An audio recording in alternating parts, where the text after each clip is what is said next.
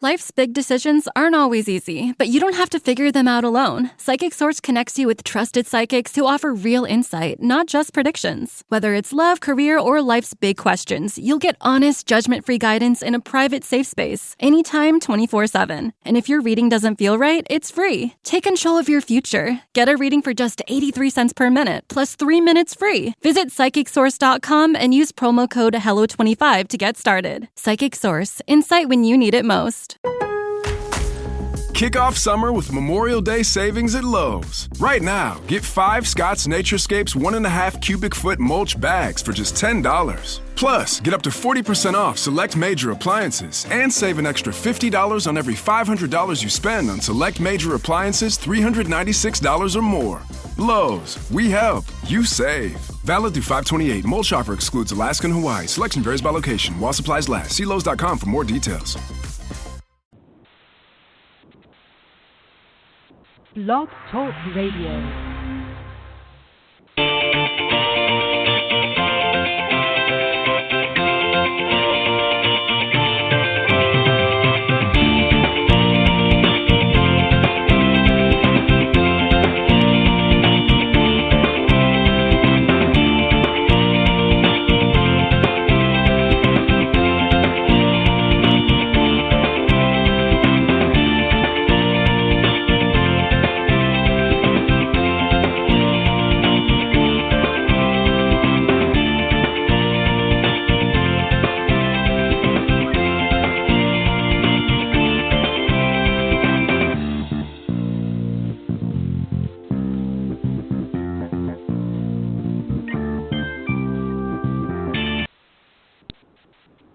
All right, good evening, everybody, and welcome to Golf Talk Live. I'm your host, Ted Odorico. We've got a great show for you tonight.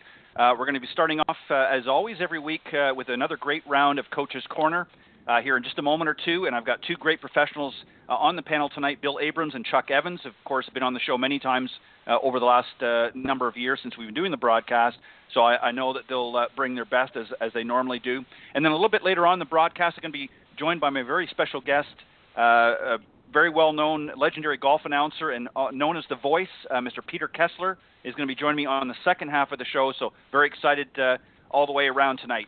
But let me just remind everybody, of course, we are live every Thursday evening, unless otherwise stated, here on the blogtalkradio.com network from 6 to 8 p.m. Central, or 7 to 9 for those of you on the East Coast. Best way to find us is go to blogtalkradio.com/Golf Talk Live is the direct link, or you can just simply type Golf Talk Live up in the search key, and that will take you to the main page. And as I said, you can listen live there. But for some reason, if you're not able to tune in live, just scroll down the page a little bit, and you'll see the on-demand section. And all of the shows, including tonight's, will be there in their recorded version in their entirety. So you can scroll down and listen whenever it's convenient for you. So if you can't join us live, make sure you just visit the on-demand section on that link, and you'll be able to listen when it's convenient for you. Also, if you want to tune in on a different social media platform, you can do so by going to iTunes.com, Stitcher.com, or TuneIn.com now. And just under the podcast section, again, just type in Golf Talk Live, and that will take you there as well. Always love to hear from you. You're welcome to call in anytime during our live Thursday night broadcast from 6 to 8 Central. The number to call is area code 646-716-4667. Or you can email any questions or comments to me personally to ted.golftalklive@gmail.com is my email. And for those of you in the golf profession, you don't necessarily have to be a teacher pro or a coach. Maybe you've got an interesting product or service that you're offering in the golf industry, or maybe you've written a great book that you want to come on and share. Again, you can reach out to me. My email is ted.golftalklive@gmail.com.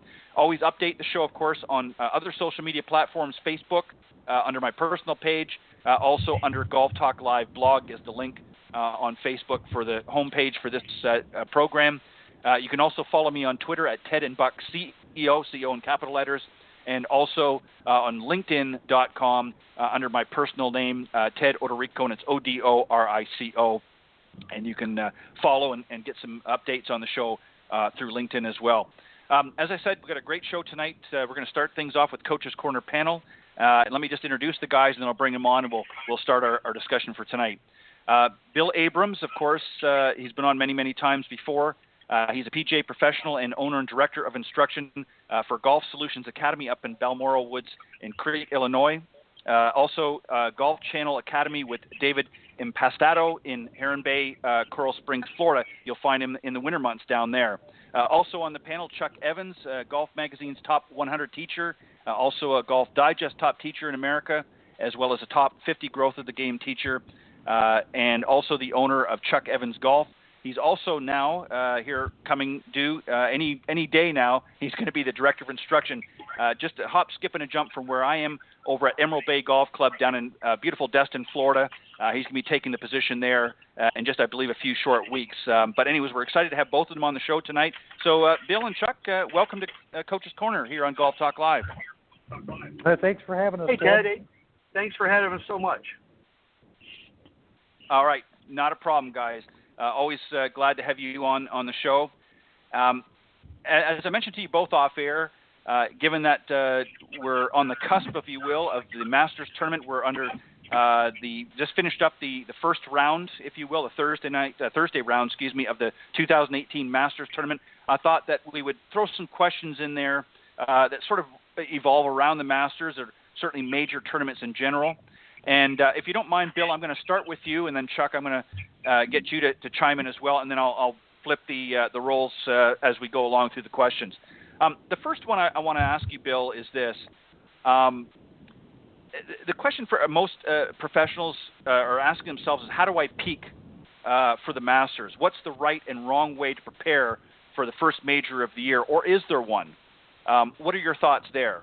So if I'm getting ready for the first major of the year, obviously the Masters tournament, is there a right or wrong way to prepare for the first major of the year? It's really strange because over the years we've always heard, I'm going to try to peak for this, or I'm going to try to peak for that, and you know it's a hard thing to do. You have to really, I feel, have your game, your fundamentals, your setup, and most of all your mental game. That's the biggest part of it. Our physical is our physical. We can, we've seen some great players win with their B- game and their C+ game, but they have to be A+ mentally. And I think that's what separates the four majors, especially the different type of venues that they have, is mentally you have to be prepared. Nicholas would always say, early on with the press conferences and somebody would be complaining about something. He said, don't have to worry about him. He's not going to be any type of competition for me, because they'd be complaining about things. I think the biggest thing is to be able to embrace the pressure and the opportunity to go out and play on the grandest stage. And I think that really, as far as peaking goes, it's as much mental as physical. And we've seen that where players come in and they're not playing so well, and all of a sudden they find it. It's something, I think it's peaking is a little bit of an idea that's, I don't want to say generated, but I really feel the routine's got to be solid, and you got to be very comfortable with what you're bringing to the table. I think that's the way we really peak for an event. Right. Well said, Bill. And the opposite is true, I think, as well, Bill, is I think a lot of times we'll see a player coming in and they're hitting, their irons are hot and they're hitting good drives, but mentally they're not able to handle the event or the tournament at hand. And quite often we'll see players that start off the first couple of rounds hitting some phenomenal shots and even taking the lead in some cases, and then all of a sudden it's like, where did their game go? And that's where the mental side, as you pointed out, comes in, and they're just not able to mentally sustain it for the four rounds. Chuck, what about you? What are your thoughts, to hit that peak for the Masters, being the first tournament? Is there a right or wrong way? What are your thoughts? They generally fall in line with Bill, or do you have some other ideas? I think it depends. I think it depends on the player and how many times they've been there. Nicholas will tell you that for every major, he went out the week before the major and he played the golf course every day, just like he would in a tournament round. He didn't hit, 5 or 6 different approach shots or 5 or 6 tee shots. He'd hit one tee shot, one approach shot, and do it like he would in a normal tournament. Some players like to take off the week before. Some players like to play the week before. But if I'm a rookie and I haven't been there before, I'm going to find Mr. Nicholas. I'm going to find somebody that knows this golf course, and I'm going to get as much information as I can, and that's going down in my yardage book and my green chart, and I'm going to play practice rounds or try to play practice rounds to the players that have been there. And if I can get a practice round of a player that's been there and won, then that's what I'm going to do. But as far as peaking, I think some players that say, you got to peak at the right moment. Well, when is that right moment? And I think it's different for every player. Some players thrive on the majors. I mean, Nicklaus' whole focus during his career was majors. And so, he didn't play, 22, 24 events a year. He played a handful of events plus all the majors because he didn't want to get burned out. So and again, it's different mindset, different players, depending on whether you've been there before or you've never set foot on the property. So I think it's different depending on the player. Right. Well said, Chuck. I agree. And Chuck, actually, you made a very interesting point, which actually leads into our next question. So take a deep breath, Chuck, and I'm going to start with you this time, and then Bill, I'm going to let you to chime in as well. And that is really to compete the week before the major or not to compete. What are the advantages and disadvantages, and what are your thoughts there? I mean, some players, as you just pointed out, don't like to play the week before, and some do. Again, I guess a lot of it depends on the player, but what are your thoughts there? Is there advantages and are there disadvantages? Well, I think it goes both ways. Once again, players that don't like to play the week before that have had success there, that works for them. Players that have had success there and played the week before, like Phil always likes to play the week before, so it's worked to his advantage. Bubba has played well last year.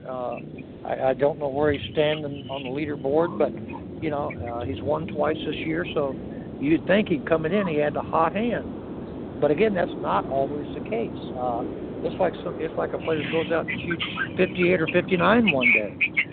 They don't come back the next day and shoot 60. But you had a hot hand, so you took advantage of it. Right, exactly. Well said. Bill, what about your thoughts on that? What are your thoughts on some of the advantages and disadvantages of playing the week before a major tournament? I really think it really means a lot, the state of the game with the player, much like Chuck was saying, how they feel. There's really no perfect box, but there's a perfect box for the individual. And to try to find what works best for them is something that's important. Somebody might not be in form. We'll take Ian Poulter, for example. Last week, he was in at the match play. He decided at the last minute to play and ends up winning and making it. So I think there's certain scenarios and certain circumstances that you have to take from year to year and time to time. I mean, Tiger would always, when he was playing his best, wouldn't play the week before and come out and just be absolutely prepared. And, there's always that people talk about getting burned out or this or that. And I think burned out is something mentally. When your mind is fresh and you know what your goal is and you know what you want to accomplish, burned out doesn't fall in no matter how many hours you take, because your body will be able to handle it. The thing is once you start to doubt and once you start to get tired, that's where that week before could end up being a little bit of an issue. Yeah, and you both make some excellent points, and I think.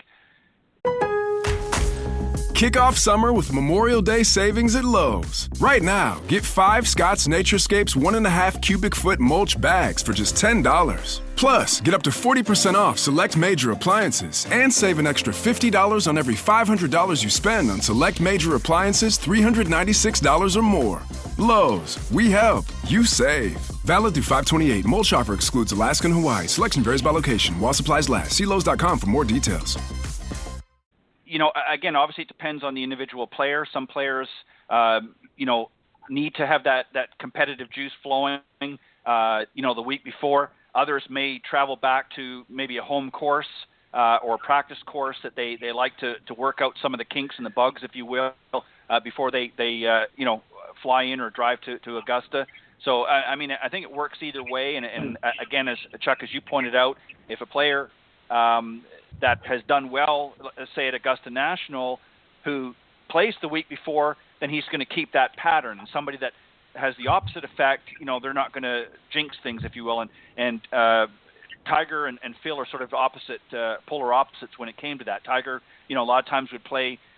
He might play some golf the week before, but he's not necessarily playing competitively. So where Phil, always wanted to make sure he was doing something and grinding it out right up to the last moment. So again, it really depends on the players. But some great thoughts and points, guys. Thanks. And most so Bill, of those players are really, and most of those players, Ted, are really superstitious as well. So they will, they'll carry things in their bag that they carried when they won an event. They'll use the same marker. So if you're superstitious, especially in a major, about certain things, you're not going to break that mold. If it's proven successful, you stay with it no matter what it is. Well, and to take it a step further, there's players that have had putters over the years that have served them well time in and time out, and they will actually, even if they're using new equipment, sometimes will bring out that old putter that they maybe haven't touched, except for last year's Masters, and they're going to bring it again because it worked well. It served them well on Augusta's fast greens. So you're exactly right. Superstition sometimes can play a little bit into it as well. All right, Bill, again, take a deep breath. This question is going to be for you, and I'm going to read something first, and then I want to get your thoughts on it. It kind of rolls into what we've been talking about. Of course, the late Arnold Palmer, here's his thoughts on sort of playing the majors. He believed it was not possible to coordinate peak performance with major championships, so he approached every tournament with the same intensity. And quoting him here, he said, "I just wanted to win. I played every tournament as if it were the Masters or U.S. Open or any other major. The best way to be ready for a major was to sustain a major mindset." What are your thoughts on Arnie's strategy when it comes to that? He treated it, he didn't differentiate, a major from another or from a different tournament. He wanted to win every tournament that he, laced those golf shoes up for and pulled out that driver. So he played with the same intensity. What about that mindset? I have to agree with that an awful lot because, we get to hearing, and some of this is some of the babble from commentators too. Well, he's just playing here to get some repetitions in. And I don't think that's right. Anybody that's a true champion, anytime they tee it up, they're intending on winning. They aren't just playing to play. And I think that's the difference between champions and people who come up a little bit short is it's that mental mindset. Right. You have to have that major mindset to be able to win. And I have to agree with Mr. Palmer, 10,000% on that, because I think, at times you hear this, well, he's going to play this to get some repetition. Yeah, I can understand that if a player's been away for a while, like Tiger or somebody from injury, that may make sense. But when they're in good spirit and good health, just to play someplace to play, I really think that's a recipe for disaster, not only short term but long term. Yeah, and the interesting thing, and Chuck, I'll let you add some thoughts in here in just a second. I think the interesting thing that I liked about Arnie was, even as he got older, he always believed, he had that mindset that he could still win. And I think that's why it was so difficult when it came time that he, more or less retired from the majors, particularly. We saw him leaving the Masters and some years back, and then, obviously over in St. Andrews and so forth. And it was very difficult because he still had that competitive fire. He didn't have the game anymore, and he knew that, but he still had that competitive fire and determination, and he always wanted to go out no matter where he was playing. And the same analogy can be true with how he treated everybody. Just whether you were the Queen of England or whether you're, a steel worker up in Pittsburgh, it didn't matter to him. He treated you with the same dignity, courtesy, and respect as he would anybody else. So it didn't matter what title or collar you had around your neck. You were somebody important to him, and I think he did that with all of the tournaments that he played in as well. Chuck, what are your thoughts there? Do you agree with what Bill said on Arnie? Well, yeah, I think that every player approaches each tournament as they come to win. Now, having been out there with several of these players, I can tell you that some of them will say that, and they're hoping that they're hoping to make the cut and finish in the top 10. But publicly, they're telling you they come to every tournament and win. But there is a huge difference between, and this is not a slam to any other tournament, there's a huge difference between playing at a PGA Tour event and a major championship. So, everybody goes to a major because they want that. If you have, look at all the wins Payne Stewart had. They used to call him Avis because he finished second all the time. Well, then he started winning tournaments. Right. Then he won, the U.S. Open. So, and those were his biggest moments. But you approach the majors totally different. Yes, you want to win because it's really a notch in your belt. Yeah, you can have a great career and win 20 PGA Tour events, but if you don't win a major, you're looked down a little bit, But yeah, I can just tell you from experience being out there, all these guys will tell you, they'll tell the audience anyway they're here to win, but under their breath they're saying, "Gosh, I hope I can just finish, top 25." So right. Before you can win a tournament, the first thing you have to do is make the cut. Yeah, and you know what? I can remember hearing players. I remember hearing players, 15, 20 years ago. They were happy if they were still in the top 125 just to retain their tour cards. If they hadn't won a tournament, to get those exemptions, they were just hoping to make the top 125. So, again, it's all about, goes back to mindset. All right, Chuck, we're going to piggyback again on you here this time, and so take a deep breath, and now we're going to flip it over onto Nicholas. You had already sort of touched on this in an earlier comment, but I want to just read something else, and then I want you to give your thoughts on what Nicholas has to say. Jack Nicklaus also naturally wanted to win every tournament he entered, but he used the PGA Tour schedule to help him build his game so that he could peak for each of the four majors. In fact, Jack felt better about his chances if he were not fully on form when he arrived at a major. And he said here, and I quote, "I always wanted to feel like my game was still on the rise even throughout the week." So, he wanted to, he wanted to prepare himself. And as you mentioned earlier, he didn't play, 24, 25 tournaments every year. He worked everything around those four major championships, and then he tried to, build off of that. What do you think of his strategy as opposed to what Arnie's was?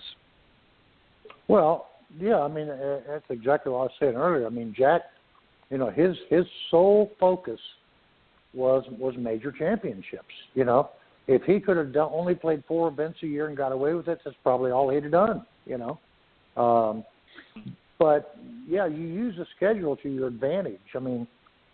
First-year guys and gals, when they go out, they play in everything they can get in because they need to see the courses and see which course it fits them the best. So after that, then they start whittling down their schedule a little bit so they only play the courses that they play really well, unless they need to play more, to boost their self up in the money list or they're on a hot hand, whatever you want to call it, But right, you can go out there and you can just, you can be a world beater all year, and then you miss the cut. I don't want to ruin it for people, but last year's winner didn't fare very well today. So they can look at that later. But right. Did it peak? I don't even know if he played last week. I'm not sure. And when I was referring to Bubba winning, that was the week before. Of course, Ian won the playoff last week. So, right. But I think that you do. I think it's just like anything else. You look at baseball and they play 162 games. Those guys are worn out at the end of the year. Right. Football players. Postseason. That's where they're all recovering from these minor injuries, and it takes its toll on you. People don't think golf is a sport. Well, if it's not a sport, why are they having all these injuries? Back injuries, calf injuries, right, chest injuries. It is. So it's not the game that they play and how they play it is totally different from how the club players approach it. So you can go out as a club player, Sure. ride in your car, have a few beers, smoke some cigars, flirt with a cart girl. When you get done, you're not exhausted. But you go out here, I think the average walk at Augusta is somewhere around 11 miles per round, and with all the undulations, right. it's the equivalent of climbing, like 150 stories every single day. So it wears them out. It wears the caddies out. Yeah, it's a marathon. I've actually heard some of the caddies talk about it.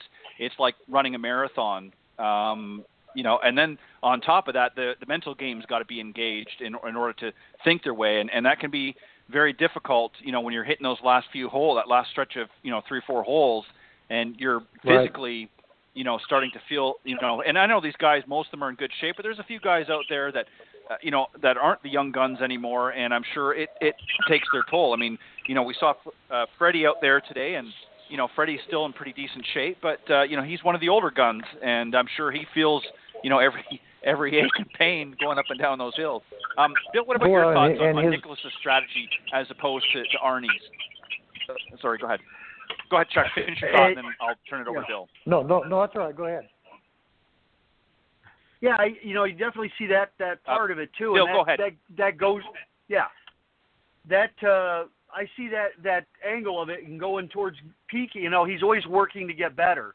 It's like golf is not a feat. It's not something you accomplish. It's something you play, and you want to get that roll going. And you definitely see what Nicholas was saying there about I'm always going to continue to improve. I think the mindset that he was utilizing there and keeping it rolling, because then, in that case, he'd be there at the very end. And I think sometimes we think, okay, we've got it. And you see these, and I'm sure Chuck runs this too, where you're coaching players and even some very, very accomplished players where they start going and they think they have it. And we forget that they got to be continually working on their setup. They got to be continually working on their mental routine, their short games. And I think that's the big difference with this game is we got to continually work to get better and better all the time. And, and I think that's a little bit of what he alludes to, Mr. Nicholas, on that is that, I'm not going to come here and I'm playing perfectly when it's Monday. He had the mindset that I might be playing okay when it's Monday, but by Sunday I'm going to be at my very best. And, it's a little different way to approach it. Maybe a lot the same way Mr. Palmer did, but Mr. Palmer just said it in a little different phrase. Everything's going to be going on all guns, but by the end of the week, I'm going to be right there. So. Right, exactly. And you're right. I think there was a similar approach. I think it was just the way it was described by each of them, but essentially the same result was in the end. All right, Bill, I'm going to, again, piggyback onto you on this one here. And this is something that the 2015 PGA champion Jason Day talks about. And I think it's a little different than a major mindset, but we'll get your thoughts on this. He says it's all about attitude. When it comes to major golf, he thinks it's the attitude and the emotion that you bring into it. So if you're coming in with the right attitude, then most likely you're going to do well. So how much does having the right attitude affect players? I mean, you can come in there, as we talked about earlier, I want to win the tournament, I'm going to win the tournament, and having that right mindset and a positive mindset, but also the attitude and your emotions. Emotions play a huge key. What are your thoughts there? I couldn't be said better. The attitude is a lot of the aptitude, really, when it comes to that level, the differences between the players.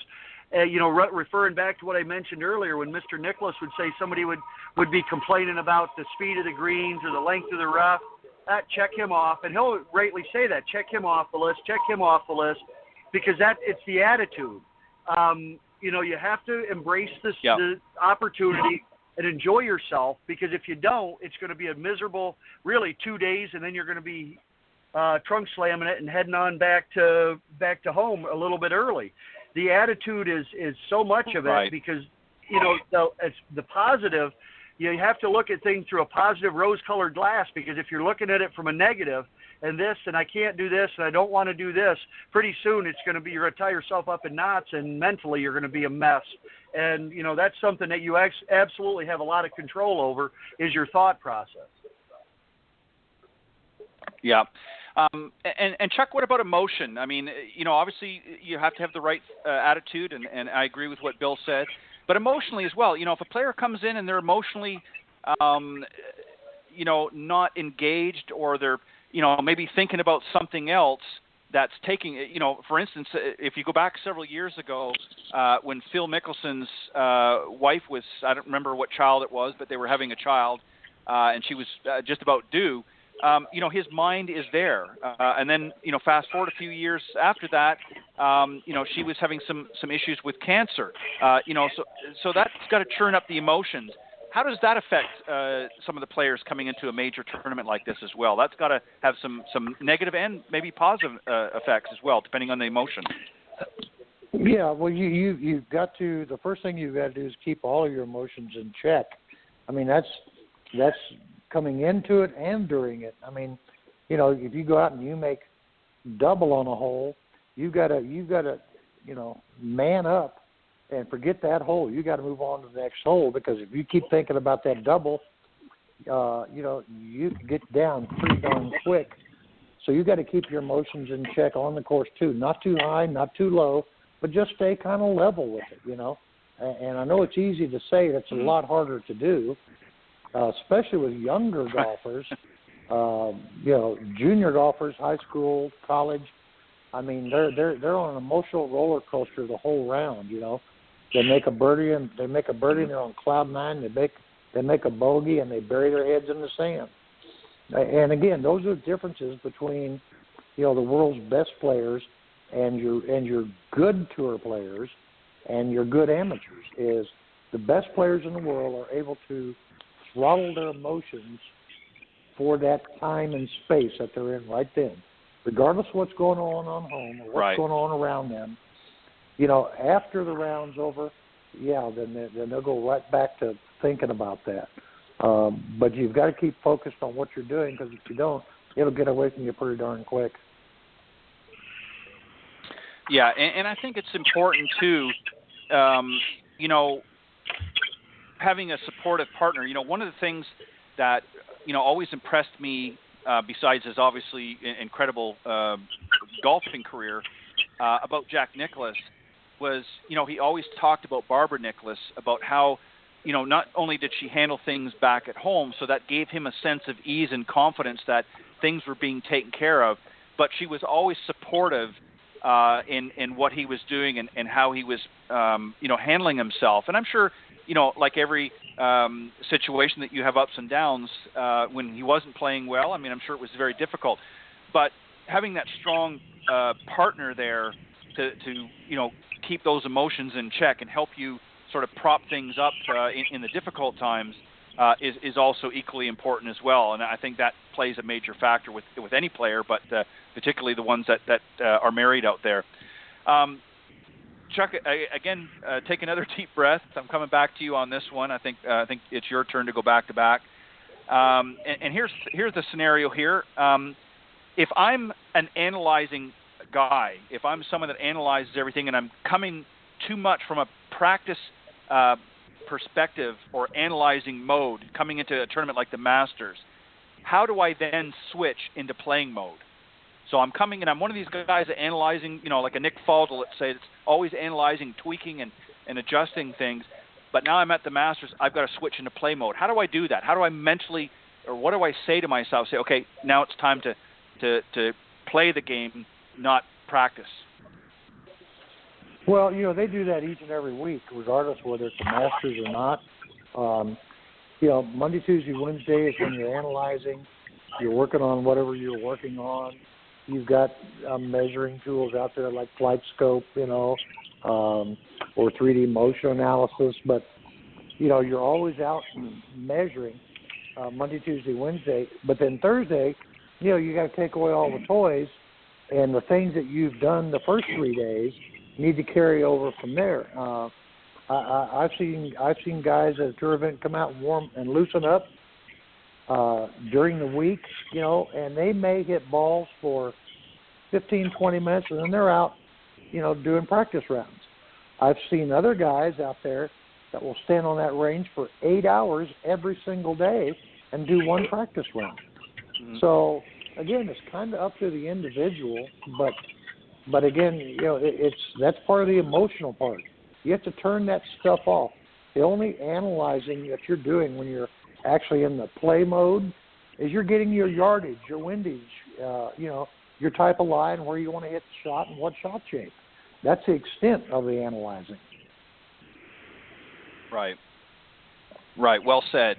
Bill, what are your thoughts there? I mean, obviously you've worked with some elite players, and you've worked with obviously some of our higher handicappers out there that probably have the same type of situation. They're very analytical and always sort of in that practice mode. And we talked about this before, sort of coming from bringing that range game into now playing mode.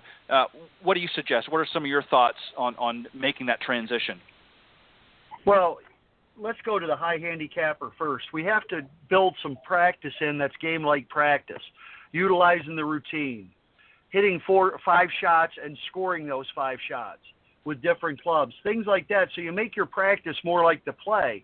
And I think that's where people miss it a little bit. The average club player, as Chuck refers to, they go out and hit balls and then try to do the same thing on the golf course, and mentally that just doesn't compute very well.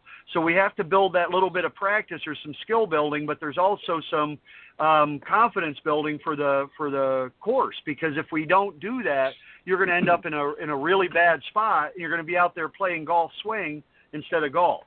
For the little more elite player, as Chuck was saying, you have to kind of fit it into the way that they are wired.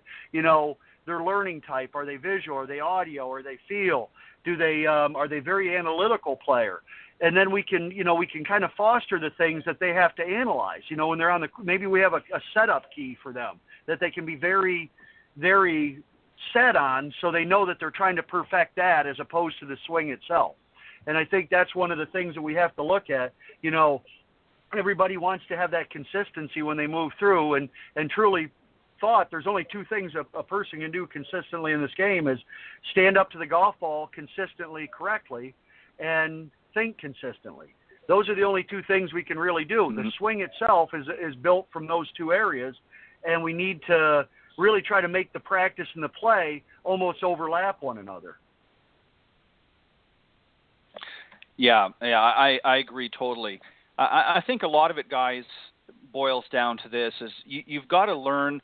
One of the things that sometimes can cripple a player, and the reason I refer to Nick Faldo was, there were times in his career where he got a little bit too analytical with his game, and it didn't serve him well. There were other times when he needed to be a little bit more analytical, and he needed to, to be able to dial into whatever situation he was in. But I think regardless of whether you're an elite player or a high handicap or 25 or plus handicap, you've got to keep your analyzing, as Chuck said, to the key issues that you need while you're playing your round. All of the other stuff, that's what you work on in the practice tee and with your coach or your swing instructor. Those are the things that you can be a little bit more analytical then. But when you get out on the golf course, there's only certain things that you want to be thinking about. You don't need to be thinking about, well, is my arm in the right slot? And you don't want to get into all of this, because what that ends up doing is, and you guys know this, better than anybody, is you're going to derail all of the efforts that you've been putting into to be able to play a good round. You're going to sabotage all of that hard work. So, sometimes keeping it simple out in the golf course and just focusing on the task at hand, the shape of the shot, Chuck, as you mentioned, what's the yardage? If there's, if it's a windy day, where's the wind coming and how much wind do I have to adjust accordingly? And obviously if you're hitting some clubs better than others, maybe if you're not hitting your driver that well, maybe you want to scale back and hit, your 3-wood, or maybe even go to a hybrid or something like that. So there's a lot of those types of adjustments that might need to be made. But overall, I think that you want to leave the hardcore analyzing, as I put it, you want to leave that on the practice tee or the range. All right, guys, I thought we would would sort of end the segment tonight. We've got a little bit more time here. I'm going to give you guys some time at the end to obviously any plugs that you want to do. But, everybody's been talking about Tiger Woods for several weeks and actually several years. Is Tiger back? Is he going to be back? And I want to get your thoughts on this, predictions for this week. Does he play well, not so good, or even add another green jacket? Chuck, I'm going to start with you. What are your thoughts for Tiger Woods this week? Well, the swing's looking a lot better. It's actually a culmination of a lot of the stuff that he and Chris Como did that he wasn't able to do until he had his back surgery. I can tell you that, right. His Masters record, he's had one round. Typically, the first round, he's had one round under par in the first round. He's had 40-something rounds under par in the second round, 30-something under par in the third round, and 20-something in the fourth round. So he's typically not a fast starter. I think that if he can control his driver, he's always been a really good putter and iron player. So I think he's got a chance for, top 5, top 10. I think the whole world would like to see him win. It'd cause, what a commotion that would be. What a Masters that would be, huh? Tiger's come back and win. But I think realistically, he's top 10 somewhere if he manages the driver. Right. Well, and Bill, before I get to you, and I don't want to spoil it for anybody that maybe is getting home a little bit late and hasn't had a chance to watch it. I won't, spoil what the outcome was today for him. But I will say this: one of the comments that was made is that he didn't play the par fives as well as he would have liked to, and that's coming from him. So I know that was always a big thing for Tiger, was to be able to play those par fives, with some sort of skill, and obviously those let him down a little bit today. So that is reflective, of course, in his overall round. But Bill, what are your thoughts? We've watched Tiger now sort of come back a few times over the years, but not like this. I think what's different about this time is there's a different attitude, what we were talking about earlier in the segment, in how I see him. I don't think it's just so much the physical side of things anymore. I think it's the mental side of things seem to be stronger. He seems to be, I don't want to use the term getting back to old Tiger, but I think that he is starting to be more comfortable within himself now that the injuries have sort of been put behind and have been dealt with. What are your thoughts this week at the Masters for Tiger? Yeah, I think his game is coming on form, definitely. As Chuck mentioned, he's swinging so much better than he has, in the last, whenever prior to the injuries. Now he's getting himself back into the position where he can keep the ball in front of him. And, that driver's still a little bit of a mystery. And, he hasn't ever, barring real early in his career when he got things going in 2000, he had that stinger going, and the driver was halfway decent at that point in time. But, over time, it's been a little bit of a suspect with the two-way miss. He gets that thing going, and even if it's a one-way miss now, he's going to be in contention really fast. And I think the biggest thing that got him was all the scar tissue in his brain, missing the driver two ways, because that's just, you can't aim close enough to the middle to satisfy your anxiety. And that was a lot of it. And then, it runs through the rest of the bag. And he was, maybe as good a putter as there ever been on the planet. And that took a toll, too. There was a lot of misses and, a lot of putts that he generally made because of the pressure. It just gets cyclical. And I think, as Chuck said, if he keeps the tee-ball in play, he's going to be a force to reckon with, because his iron play now is as good as it's been in a long time. He's really flighting the ball nicely, and there's so many good things going on with it, but he just has to free up and be himself is really what it is. Yeah. My prediction is similar to Chuck's a little bit, with a little bit, I guess, of a different twist, for lack of better words. I don't see Tiger winning this week, and not because I don't think he has the game. As you just pointed out, Bill, he's flooding his irons well. The driver is still a little bit suspect. But I think for Tiger, here's what I predict. I think, it might be top 10, might be top 15.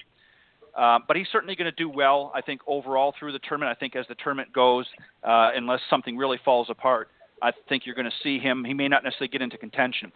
But I think what Tiger needs right now, in my opinion, forgetting all the swing issues and things like that, he needs to get a win.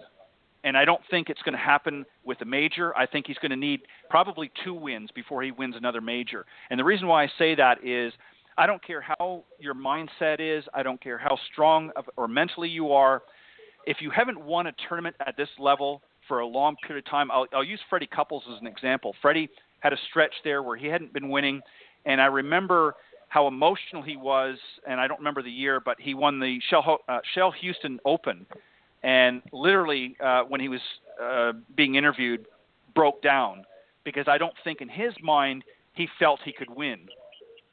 Just because he'd had so many issues with his back and that. I think Tiger needs to put a tournament, maybe 2 tournaments in that win column before I think he's going to get those competitive juices. Now, he's out there, he's playing, and he's playing phenomenal, and over the last several weeks, we've seen him get better and better and better. His irons are coming, short game's coming back, his putting's getting a little better. Driver, he's always had some issues here and there, but I'm sure it'll get better. But I think for confidence, I think he needs to get a win under his belt, and I think it needs to happen this year before he's going to win a major. Just my thoughts. I may be totally wrong, but I think he's got to get, and I think he's going to have to get 2 wins because I don't think 1 will be enough. I think he's going to need to get 2 wins, doesn't matter what tournament it is, and I think then you're going to start seeing that sort of old Tiger, that fire in his belly, because he's older now as well. It's another factor to keep in there, so his nerves are a little bit different. Just my thoughts. What do you think about that prediction? Either one, guys. Yeah, I think, obviously, winning breeds success and winning breeds winning. So, I think the last time he played at Augusta was 2015, 14, something like that, and he finished 15th, 17th. So, he hasn't really had a win. But if he wins, I'm sure he's already confident. He lost it for a while, but he seems really confident right now. He seems more like the old Tiger in the interviews. He's a little more lighthearted. He's smiling again. It may take 1, may take 2, right. May take 3, but I think it's going to take at least 1 because he needs that boost of confidence back. And that will, as much as he wants to say, as much as he might want to say he's back, until he actually wins, then he can say, "I'm back, baby." Mm-hmm. Yeah, right. finishing it, right, exactly. finishing one off is huge.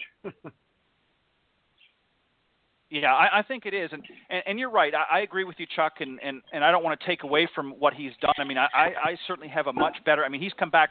This is about the 3rd time that he's, quote unquote, according to many in the golf profession, that Tiger's back. Every time he tees it up, well, Tiger's back, and then he would sort of fall by the wayside. But this is the first legitimate, in my opinion, effort on his part that I see a positive trend moving forward.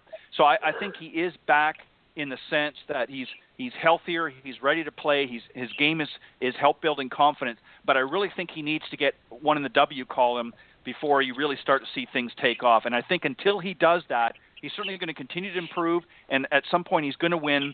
But I think that win is going to just sort of give him that final, okay, yeah, now I feel good about everything. I know I'm able to close it because, again, we've seen how many times in not just golf but in other sports, I don't care how many majors you win or how many tournaments you win. If you've had a stretch where you haven't won anything for a while, you can't help. It's just human nature that you're going to, it's going to chisel away a little bit at your confidence. So that's just my prediction. I think that he's got to get a win, and yeah, it'd be fantastic if he won this weekend. But I don't particularly see that happening. But who knows? But we'll see what happens. Well, guys, I want to thank you for coming on Coach's Corner tonight. You guys did a fantastic job, as always, and very interesting and stimulating conversation. Bill, I'm going to let you go first. Update us. What's happening? You're still in the sunny south. You haven't made it quite back up to Illinois yet, enjoying some of the great weather in South Florida. No. As I've got older, I've grown some gray hair. I've grown wiser. Tried to stay here as long as I can.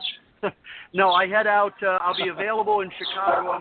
My last day coaching here is April 15th, and I'll be in Chicago a week later on the 24th, available for lessons there at Balmoral Woods Country Club in Crete, Illinois, just south of the city.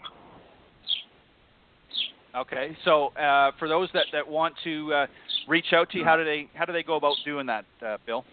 Simple way is just go to my website, BillAbramsGolf.com. Perfect, and all of your contact information is there, and they can learn everything's a little bit about some of the programs. Yes. Mm-hmm. Perfect. Yep. Now, Chuck, I know you've got lots of things going on. You're getting ready to pack your bags and move back out to the East Coast, to the sunny South. Tell us about your exciting news. Well, so I'm going back to Emerald Bay Golf Club in Destin, Florida. I was there before for about 4 years and moved out and came out west because they said this is where you go, if you have respiratory issues, and it turned out not to be the place to go. And in between stops in my hometown in Kansas City where we had 4 academies. But I'm going back to Destin, Florida, Emerald Bay Golf Club. You can reach me through my website, chuckevansgolf.com. You can also email me at chuck@chuckevansgolf.com, or you can call me on my cell, which is 850-687-7995. And I'll officially start May 1st, although I'll be there earlier. But, you can count on May 1st for the official start date. Perfect. Well, guys, as always, I appreciate you bringing your best to the Coach's Corner panel. It's always fun to have you guys on. And you always are welcome here anytime to not only on the panel, but if you guys have got something to share or something you want to talk about, to reach out to me, and we'll set it up and get it done. But, guys, enjoy the Masters this weekend. I think it's going to be an interesting tournament no matter who wins. It's already off to a great start, as we all know from some of the highlights we've seen and heard. So get out there and enjoy it, and keep up doing the great work. And again, thank you for giving me your time tonight on the Coach's Corner panel. Well, thanks for having us on, Ted. And Bill, I'll see you sometime. Yep, I'll be talking to you soon. And Ted, again, thanks as always for all you do for us in golf. Thank you so much, and keep up the good work. I appreciate it, guys. Thanks, and have a great weekend. Take care. You too. Bye. All right, that was my very special guest, Bill Abrams, PGA professional and owner of and director of Instruction Golf Solutions Academy up in Balmoral Woods in Crete, Illinois, which he'll be heading up there in a few weeks. And he's also down in Florida right now for a little bit longer at the Golf Channel Academy with David Impastato at the Heron Bay in Coral Springs, Florida. Also, Chuck Evans, who was also on the panel tonight. Again, I mentioned he was a Golf Magazine's top 100 teacher. Also, with Golf Digest, he was one of the top teachers in America and a top 50 growth of the game teacher, as well as the owner of his own academy, Chuck Evans Golf, And also now he's going to be heading down here, and beginning May 1st, he's going to be the director of instruction over in Destin, Florida at the Emerald Bay Golf Club, just a hop, skip, and a jump down the street from me. So if you want to go and see Chuck, he's definitely got some great tips for you. Let me just remind everybody, as I wait for my special guest this evening, of course, as I mentioned earlier, is Peter Kessler, legendary golf announcer known as The Voice. And I'll tell you a little bit about him in a few minutes. But let me just remind everybody, of course, we are live here on blogtalkradio.com every Thursday from 6 to 8 p.m. Central. And always enjoy doing what I do here on the show. And the best way to find us, go to blogtalkradio.com/Golf Talk Live, or just type in Golf Talk Live up in the search key, and that will take you to the main page. And you can listen there live every Thursday from 6 to 8 p.m. Central. For some reason, if you can't join us live, you can just scroll down that link, and you'll see on that page, and you'll see the on-demand section. And you can listen to any of the shows, including tonight's, will be there after in their entirety. The recorded versions are available there to listen to whenever it's convenient for you. You can also go to iTunes.com, Stitcher.com, or now TuneIn.com, and you can get the full shows there as well under the podcast section. Again, just type in Golf Talk Live, and that will take you to the pages under those respective media platforms. Be sure to follow on social media on Facebook, Twitter, and LinkedIn. You'll find me there. On Facebook, if you can go to my personal page, it's Ted Odorico, and it's Odorico is the correct spelling of my last name. You're welcome to see all of the updates every week for both of the shows, for not only this one, but for the Tuesday morning show, which I'll tell you about in just a moment here. You'll find all updates. Every week I will post on the show for Golf Talk Live who's going to be coming on, who's going to be on the Coach's Corner panel, and who my special guest of the evening is going to be. I always put that usually a few days ahead of each respective show. And you can also scroll down there, and you can actually, there's a link right there that you can click on through Facebook while you're visiting, and you can go and take to the main page and listen to whatever show that you choose to. Also on LinkedIn, again, under my personal name, Ted Odorico. If you want to connect with me on LinkedIn, by all means, more than happy, especially if you're in the golf industry. I always like to connect with my fellow professionals and others in the business. It's always great to share thoughts and ideas and exchange them through a professional network like LinkedIn. And also on Twitter, you can follow me on Twitter at Ted and Buck CEO, and that's CEO in capital letters. And thank you for all of the recent followers.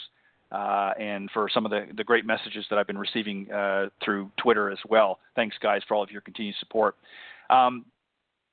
You can also reach out to me through my email if you're somebody in the golf profession and maybe you're interested in coming on the show and you'd like to share some of your thoughts or maybe your perspective of the game. Always happy to do that. Or maybe you've got a great event coming up or something of that nature. Maybe you've written a great book. It doesn't necessarily have to be an instructional book. Maybe it's a golf book about your own personal journey. Maybe it's just your perspective on the game.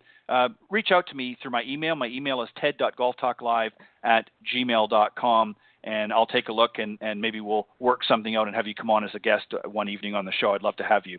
Let me tell you a little bit about my very special guest tonight, and then as soon as he comes online, I will bring him aboard, and we'll start the second half of Golf Talk Live. As I mentioned a few moments ago, Peter Kessler is my very special guest tonight. He's a golf announcer known as The Voice.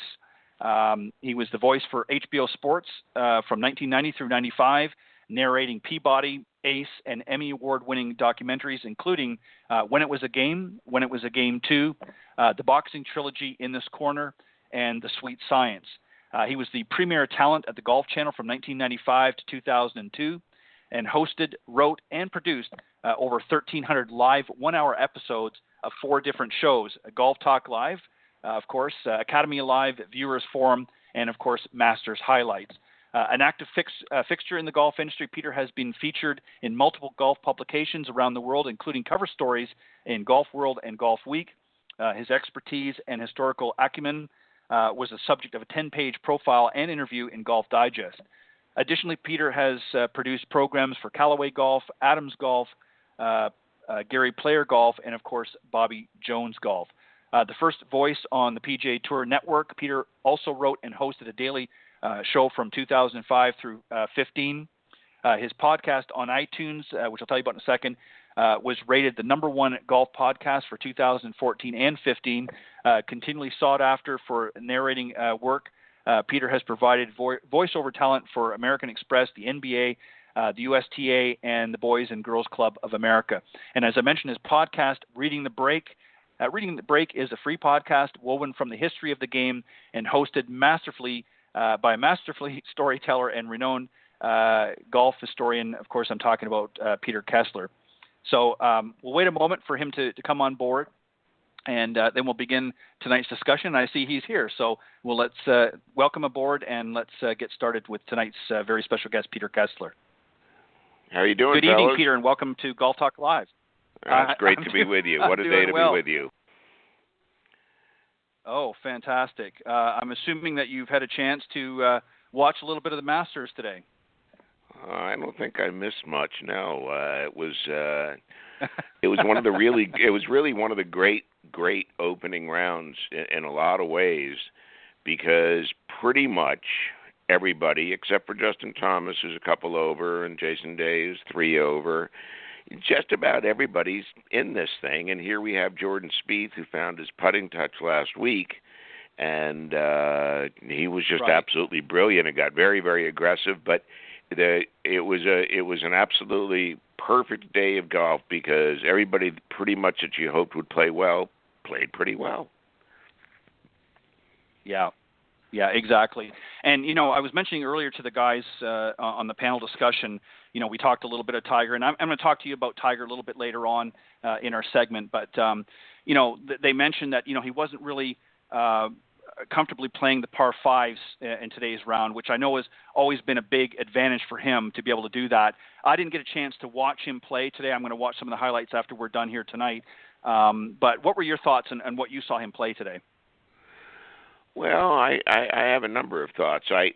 He teed off with a 3-wood on the first hole and snapped it, and had to lay up short right on one, and the pin was all the way back right, and it's a tricky little shot, and he rolled it up to a couple of feet, and then 2 for me was the telltale. He had what looked like to be about a 4 or 5 iron into the second green for his second shot on the par 5, and made what I thought was a very fast swing that was a little off balance with not good tempo, and he shoved it, and he didn't hit a good bunker shot, and he made an unfortunate par there, the easiest par you could possibly make.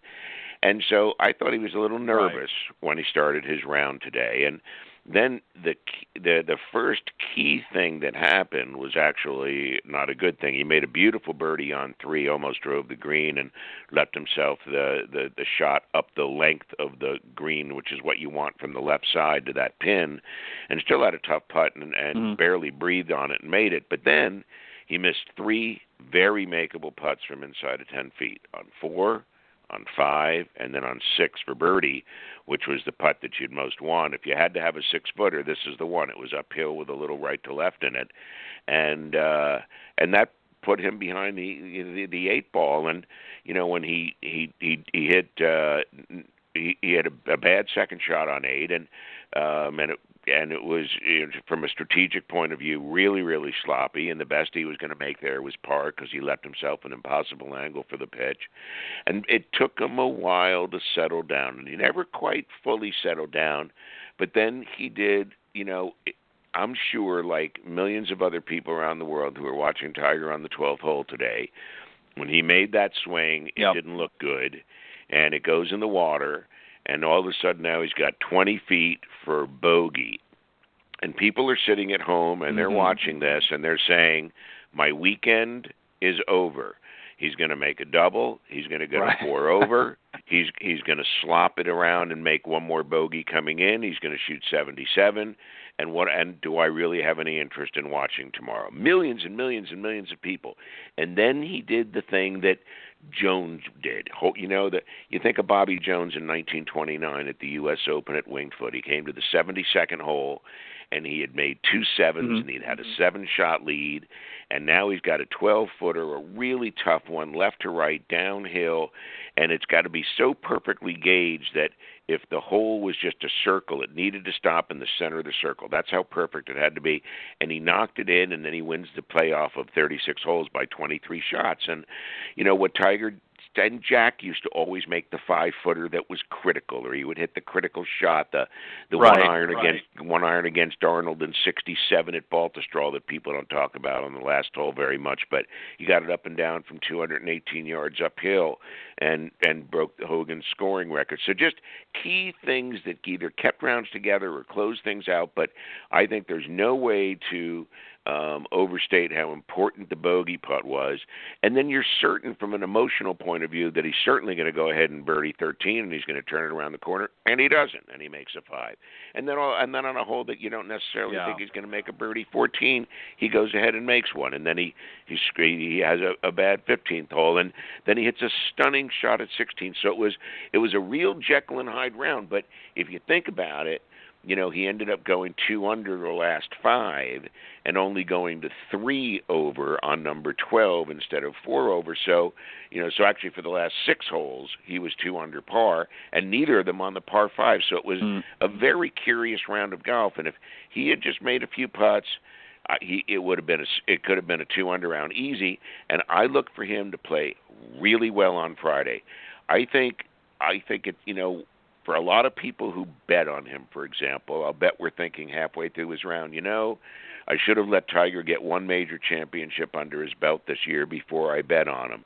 And then, of course, Tiger does Tiger-esque things and puts himself in a position where if he has a great round tomorrow, unless Spieth goes crazy again, he's right back in the golf tournament. It's not a lot of shots.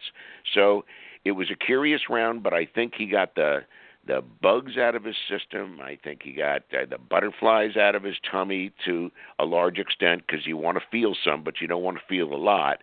And I think he's ready to play some really good golf, and I expect him to play a super-duper round tomorrow. Yeah, I agree. I think, Tiger surprises everybody. 1 minute you think that, like you said, partway through the round, you think that that's going to be it, and the weekend's done, and then he'll pull, something out of his hat and surprise everybody. We'll get back to Tiger in a little bit, but I want to talk to you about some other things, and then we'll continue on. You've obviously, Peter, have had, the laundry list of people that you've had the pleasure of interviewing over the years is I'm sure, miles long. I want to ask you, who was one of your best interviews, in your opinion? Did you feel that the interview was just your best? It was maybe the easiest? You just really, everything just sort of gelled. Who was that? Well, I got to tell you, I did 1,300 live television shows when I was at the Golf Channel, just as an example. And of the 1,300, I felt that way about 1,298. I felt that we had done 1,298 absolutely pristine shows where I literally wouldn't have changed anything that happened. I never stumbled over a word. I never asked the wrong follow-up. I never had the wrong reaction. Right. I never asked the wrong question. These were designed to be, from my point of view, unlike anything else, to be a series of 1-hour theatrical performances. And the way that I would structure the show before the show began and the things that I would do to get ready for the show combined to allow us to put on really an unbroken series of basically perfect shows.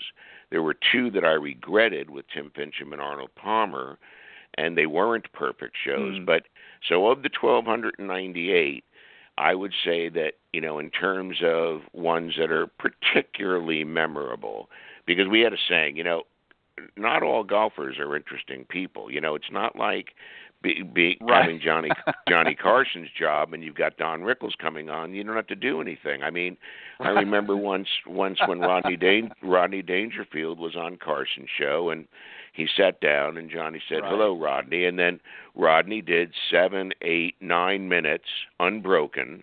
And Johnny never got a word in, and nor would he be stupid enough to say anything. The guy's on a roll, and it's all prepared. And then Johnny, after 9 minutes, said to him, "Well, it's nice to see you, Rodney. How are you?" I didn't have that luxury. I didn't have people like that on the show. I had to figure out which personality that I had the choice of turning myself into to be able to be the best host for each guest each week, to be able to pull out of them the things that I wanted. And I knew that if I did little things with my personality and the way that I handled each individual show, that I would be able to do that. It's just a form of acting, okay? So one of the great shows was Gene Sarazen. And, well, I lost my train of thought for a second. The punchline was that because so many golfers are not by nature particularly interesting people, I would say to my producer, Lee Siegel, who do we have this week? And he would say so-and-so. And I said, man, he's not very interesting. And Lee would look at me and go, don't worry, you'll make him interesting. And we made them all interesting. And, one who was particularly fascinating was Gene Sarazen. And Gene, at the time that we did the show, was 95, and he lived to be 97.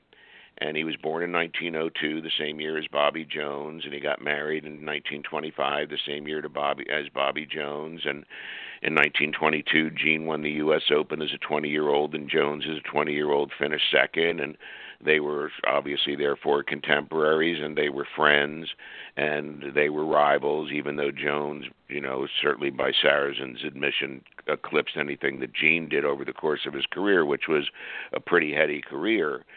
And so Sarazen and I get together to do this show, and it was one of the 2 or 3 that we didn't do in the studio. We did Jack once at his house in late 96, and this one with Sarazen was in 97, and it was up at Chateau Elan, the resort north of Atlanta, and he was affiliated with the resort. And I knew a lot about Gene, and I had actually played golf with Gene quite accidentally in 1972 when I was 20 years old, and a member at La Costa in San Diego, Gene Sarazen and Reggie Jackson showed up to play golf, and they came over to me. I was hitting balls or something, and they said, hey, you want to play with Reggie Jackson and Gene Sarazen? I said, yeah. So it turned out that Reggie and I found out on the 3rd hole that we were both dating the same girl, who happened to be running the gift shop. And then I said to him, why don't the 3 of us go out for dinner? And it took me a while to convince him, and actually we ultimately did and had a great time, and we both did continue to date her.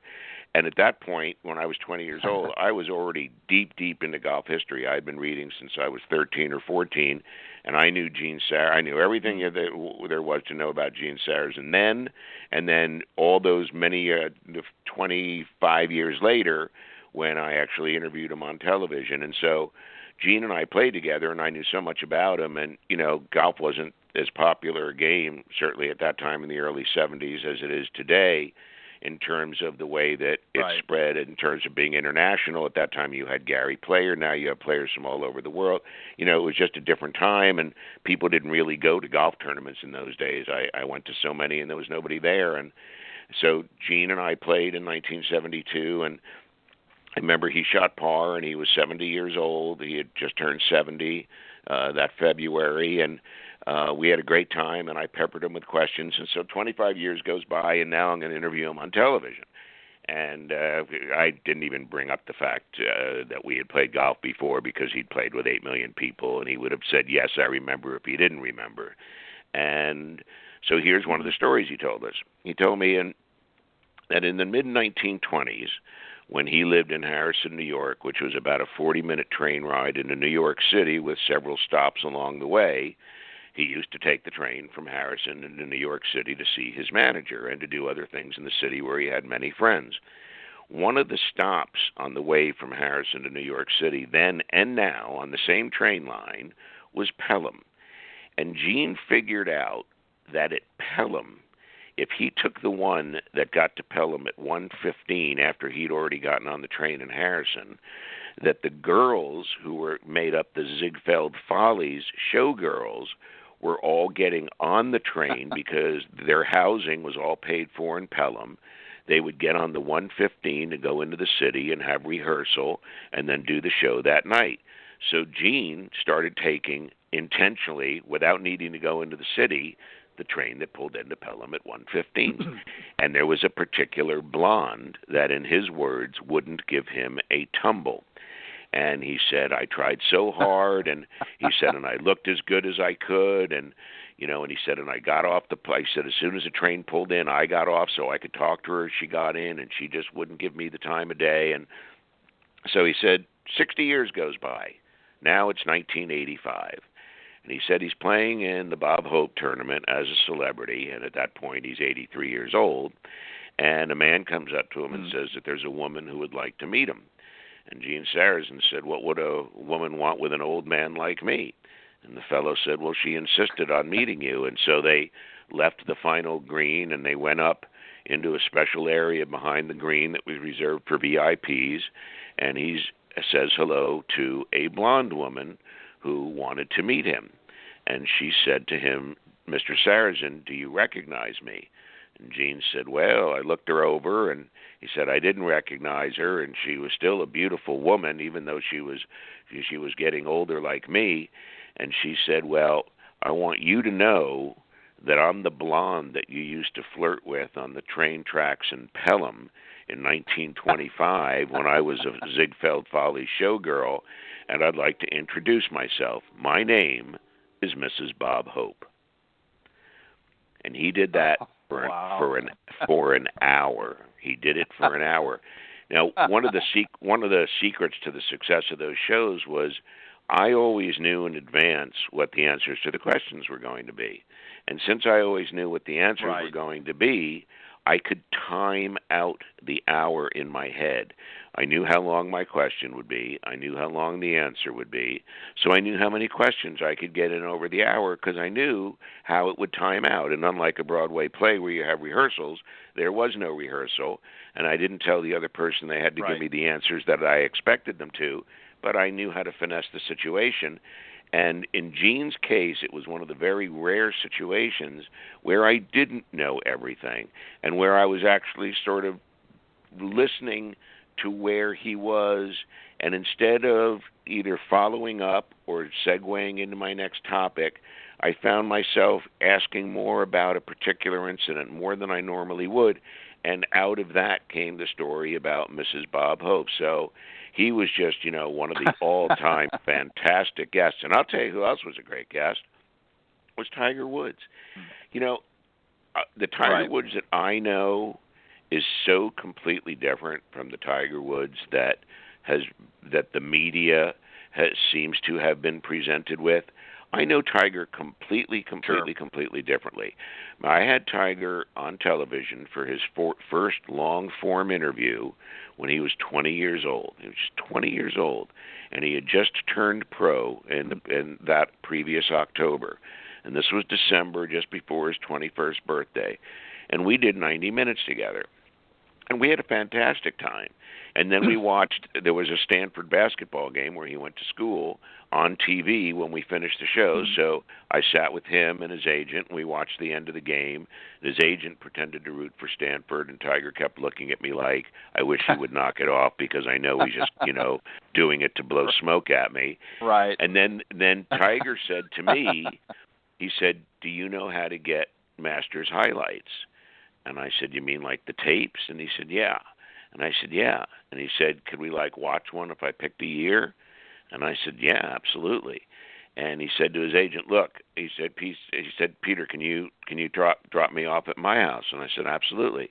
So he dismissed his agent, Hughes Norton, who was later canned, until Mark Steinberg became his agent.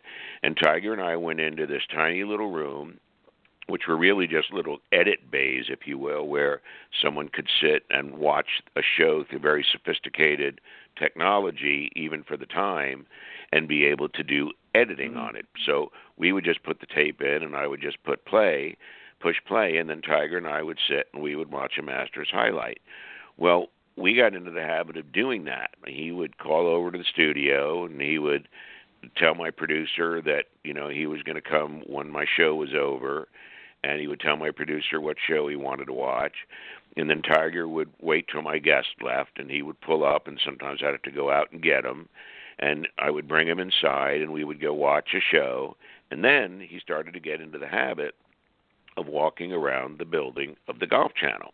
And this was now early 1997, before he even won the first Masters that he would that April, of course, by a dozen shots.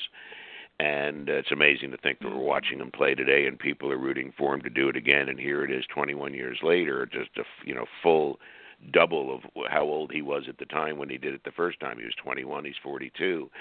And then he would go around, and all of the girls who were still working, because at a television station. There were people who work later into the evening doing a whole host of things, depending on the department you're in. And Sure. Tiger would work his way around the building and find the prettiest girl and take her out for a drink.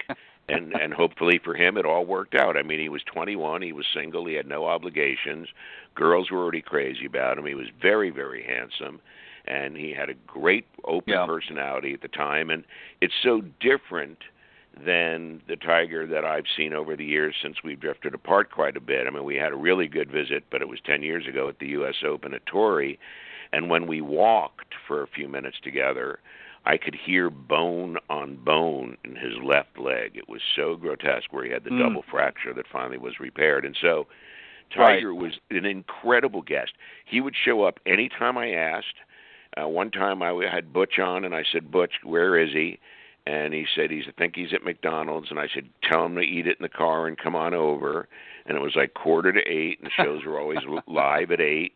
And Tiger came over, and he threw the wrapper away. And he got in the chair, and they put a little makeup on him. And I thought of how I wanted to open the show, because I'd already written it in my head. But now with Tiger, I'm doing a new show. And this was the Monday after the 2000 Masters that he didn't win. But he had the low score over the weekend, 36 holes.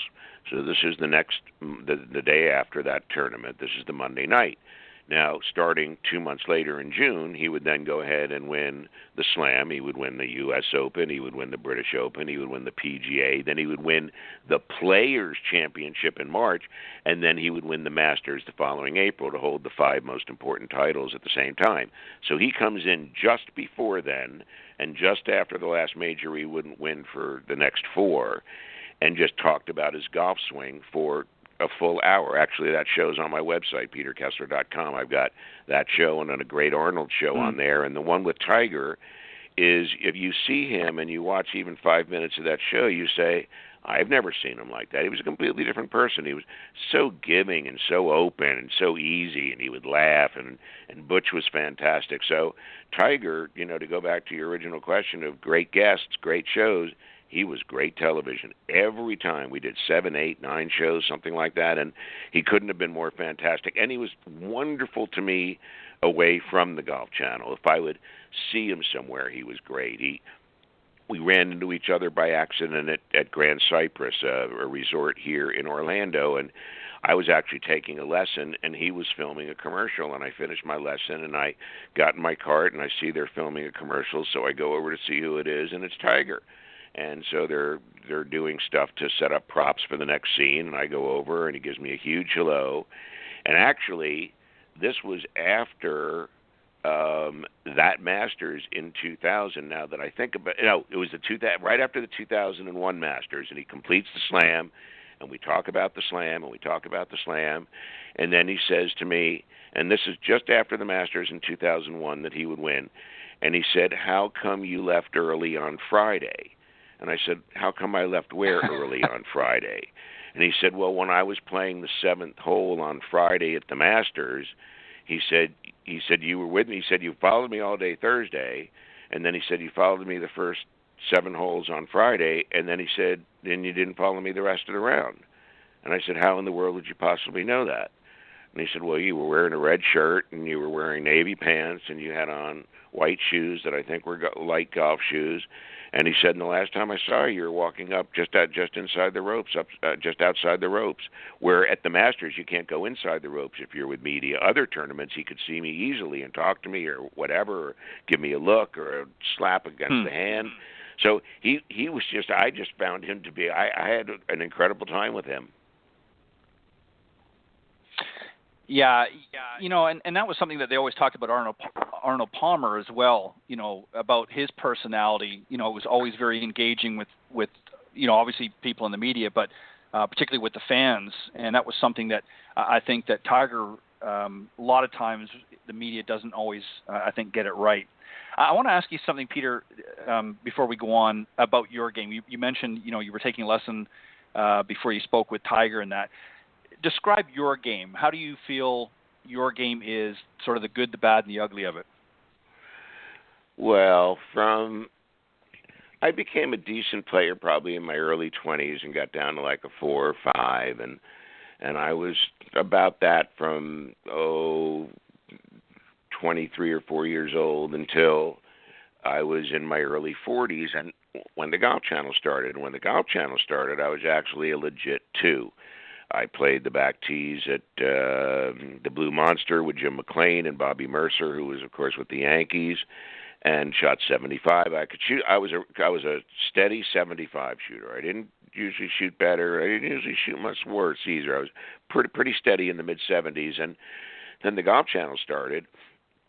And 6 months after it started, I started to host a new show called Golf Channel Academy Live, and we had a teacher on every week of the year. So we had 50 teachers on the first year. And after that first year, I could not break 100. I went from 75 to I cannot make contact. I had so much information, and I had probably had the same swing thought for 5 or 6 years at that point. And I just had one swing thought, and it worked every single time. Basically, to shoot 75, you have to have a good swing thought, and so then my game fell into disrepair. But by the late 90s, it was back in shape, and I was playing a lot of golf with Arnold at that time, and I got back down to about a 6 from the 2. 6 was about as good as I got after that show started, and so I played a lot of golf with Arnold over at Bay Hill, and I played a lot of golf with him up in Latrobe, and we watched the OJ trial together, and we were sitting and watching the trial, and he said to me, he said, "Do you remember the Hertz commercials I did with OJ?" And I said, "Sure." And he said, he said he was impossible to work with. He said if somebody made the slightest little error, like the wrong prop was in the right place or the right prop was in the wrong place, he said his anger was so disproportionate to the event. He said, and he said in his face, even though he was a black man, there was actually red came to his cheeks. He would get so angry, and he said, I believe that he could kill somebody, and he said, and I believe he killed those 2 people. And so when I was playing with Arnold at that time, I was about a 6 and playing some good golf, and I shot a lot of 75s and 6s for Arnold's when we were partners. And one day I drove out with him to Southern Dunes, which is about 40 minutes from where where he lived and where I live. We lived about 20 minutes apart, and we drove out one day with his caddy, and he used to play for money, and I didn't play for the money. I just played as his partner, and I was a good 6 for him. And I remember we went out to Southern Dunes, and he won $1,800, and I shot like 74 or 5 for him and helped a lot of holes. And I said, I think I should get a little cut here. And he said, "Oh, when did you turn pro?" And then the same damn thing happened to me with another player. I went over to play in 2002 to the Dunhill Links in St. Andrews, Scotland. And it's like the Pebble Beach Pro-Am. You play the Old Course, Kings Barnes, and Carnoustie on Thursday, Friday, and Saturday. And then there's 168 teams, 168 two-man teams, an amateur and a pro. The low 20 teams out of 168, the low 20 two-man teams, get to make the 54-hole cut on Saturday night, and those 22-man teams get to play Sunday at the Old Course. So I go over as a 6, and my partner is Thomas LeVay. And I shoot 75 at the Old Course. Then I shot 79 at Carnoustie, which was really actually a really good round of golf. And then I shot 75 at Kings Barnes on the Saturday, and I was a 6. So I helped us 8 million holes. And LeVay missed the cut individually because it's low 55 individual plus the 20 teams. And he missed the cut, but we made the cut. And we were the only team of two players where the pro missed the cut individually but made the cut as a team. So I was pretty proud. And I made and then I shot 75 again on the Sunday, and Colin Montgomery played right in front of us and made 7 birdies in a row starting on the 5th hole. We watched him make 7 birdies in a row. It was crazy. Wow. And it was 72 degrees and sunny and a 1-club win. It was like so perfect the whole week. I shoot 75 again on the Sunday, so I had 3 75s and a 79, and I win LeVay $25,000. So I said to him after the round, I just won you $25,000, and I said, how about a cut? And he said the same damn thing. He said, when did you turn pro? And so every time I saw him after that, I would say to him, have you reconsidered? He said, only if you've turned professional. And I said, my pro debut is a couple of weeks away. So, I had I played golf with so many people. I had wonderful experiences playing golf with Sean Connery. And he was the one who sort of sat me down and told me all of the tricks that I had figured out about how you get ready to do a performance on a TV show. He figured out everything that I had done. He figured out how I prepared. He knew that I knew what the answers would be and how long they would be. He said it's the only way you could have timed out the show. I mean, he went into great detail. And, he said to me, you're not an interviewer. He said, you're an actor. He said, you're a great actor. And he said, you happen to be a golf savant, and it's a perfect fit. He said, but you're not an investigative journalist. He said, you put on performances. And he said, and you change your personality every week. And he said, and when I'm not home on Mondays, I tape the show. So I was told I got invited to play with him for a whole week in a tournament. And the guy who invited me, who was also in the group, said, before I showed up, he said, the one thing you can't do is bring up James Bond. He doesn't like to talk about James Bond at all, so just don't bring it up. And I said, no problem. But when Sean and I first met on the first day of this tournament, we were the only two people in the coffee room at about 7:50 a.m. And so I was there, and Sean walked in, and he walks over, and he tells me he's my biggest fan.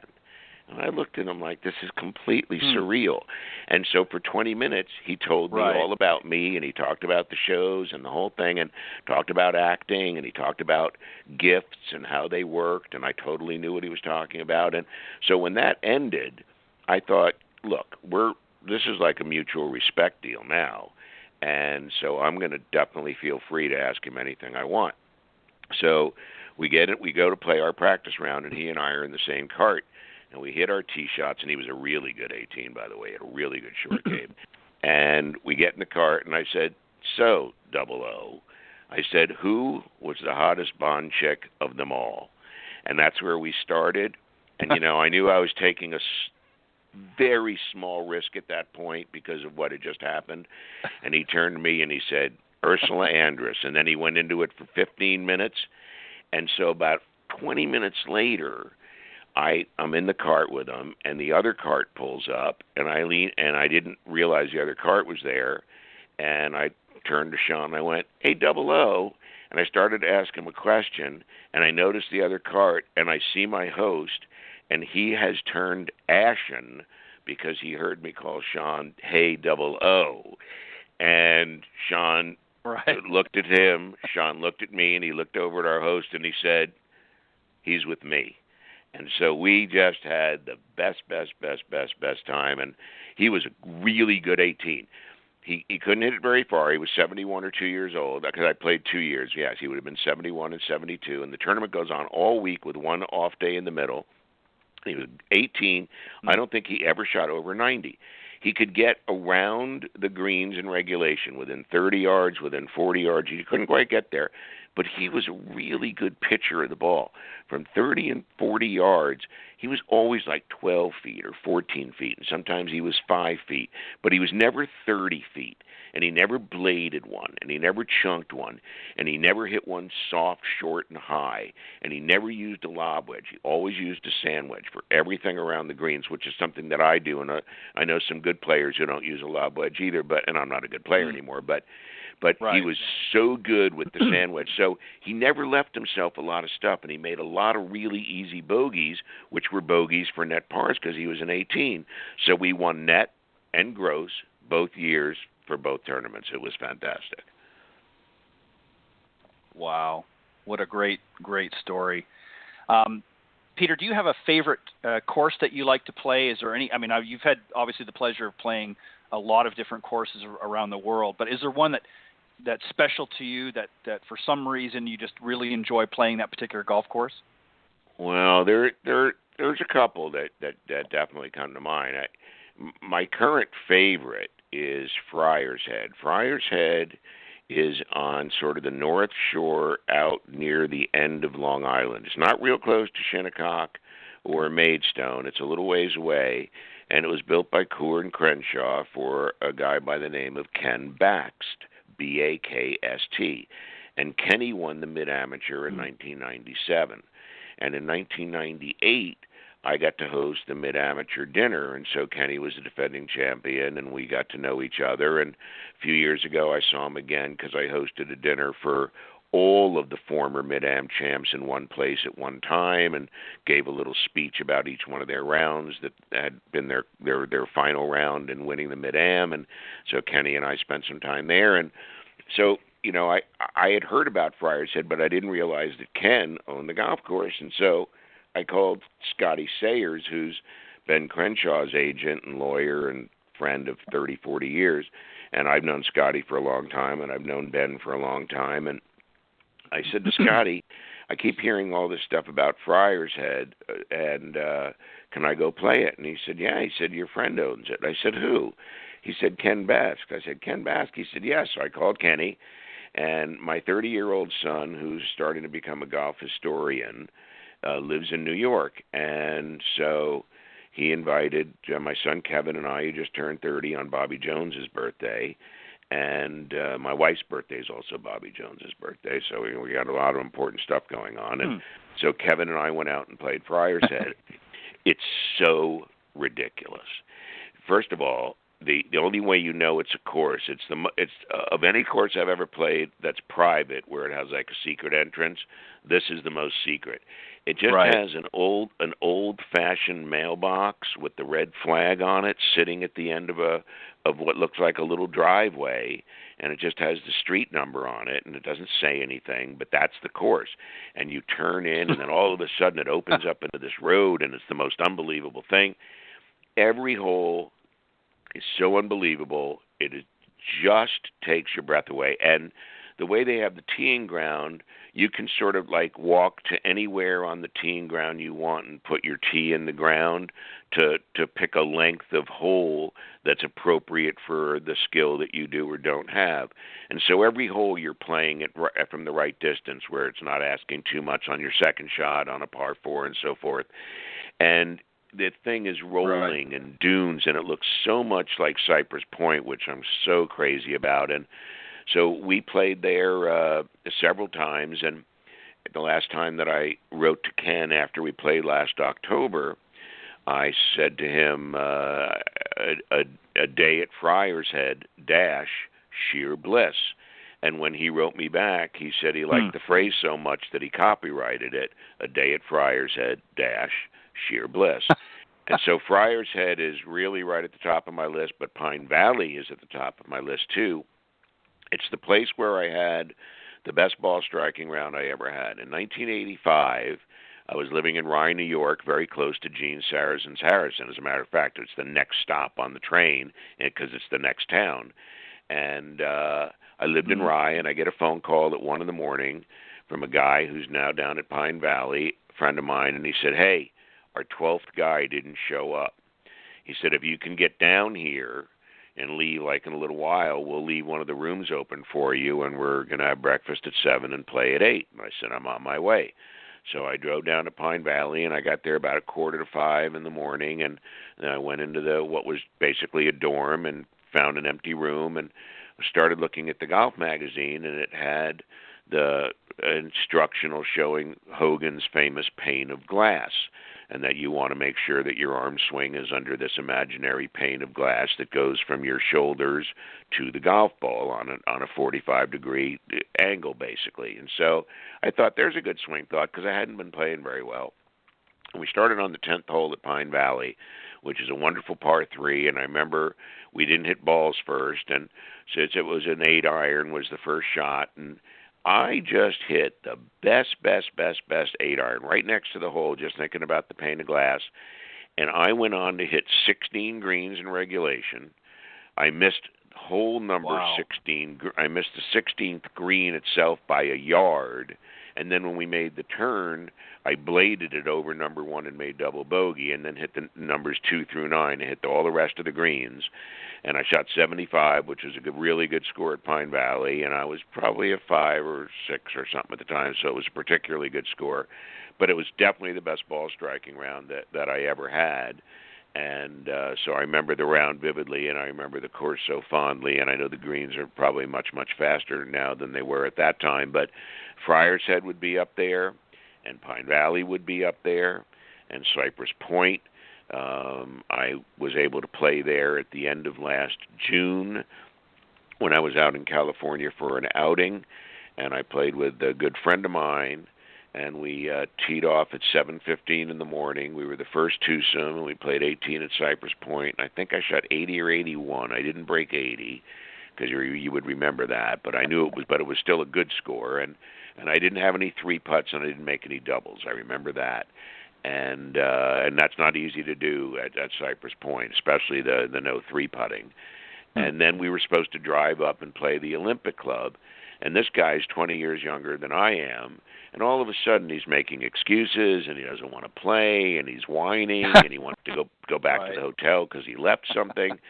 So we get up to Olympic Club 2 hours later, and he drops me off, and I just played the first 8 holes by myself in a cart, not one person on the golf course, the most beautiful day you can imagine, and the 8th hole finishes at the clubhouse at Olympic, and so he met me there, and then he wanted to go to dinner immediately and go to sleep. I still haven't figured it out a year later, and but yes, Cypress Point would be way up there. There's so many great courses in Westchester County, New York. I mean, I lived 10 minutes from Winged Foot, and of course, Bobby Jones, as we mentioned, won the Open there in 1929, and Billy Casper won it there, and Fuzzy Zeller won at Winged Foot, and so it's just an absolutely incredible golf course, and it's an incredible complex because it has 2 18-hole courses, the West Course and the East Course. The West Course is the famous one for the U.S. Open, but the East Course, they've played the U.S. Senior Open, they've played the Women's Open, they've played the Amateur. I mean, it's a ridiculously great golf course, and yet it's quite different from the West Course. It's a little bit more manageable into the greens. The West Course asks you to hit a lot of really long shots into very well-guarded greens, but I think back fondly on, certainly 100 rounds at Winged Foot in the 15 years that I lived nearby, where I played all 36 holes, and you would have a caddy, and you would walk, and those were some of the most fantastic experiences of my life, and I think that's the best 36-hole complex that I've ever been to. And, of course, at that time, they didn't have Bandon Dunes, which has a zillion great golf courses now, but Winged Foot was a very, very special place to me, and I had rounds with some incredible people there. Nobody particularly well known or anything like that, but I had a lot of friends who lived nearby, and so Winged Foot, and Friar's Head, and Cypress Point, and Pine Valley, and I sure do love the old course. I've played it now maybe 20 or 25 times, and I learned to fall in love with it, and there's so much about it that's incredible, particularly starting with the 11th hole and then working your way back towards town when you get to the 12th tee. It's the color of the brick on the buildings in St. Andrews at a certain time late in the afternoon before the sun goes down turns the color of the bricks all pink on all of the buildings, and it almost shimmers, and you contrast that with the incredible color of the green of the grass, which, like Augusta National, is its own green. The old course has its own green color that I've never seen anywhere else, and so it's an extraordinary place as you work your way, particularly back into town.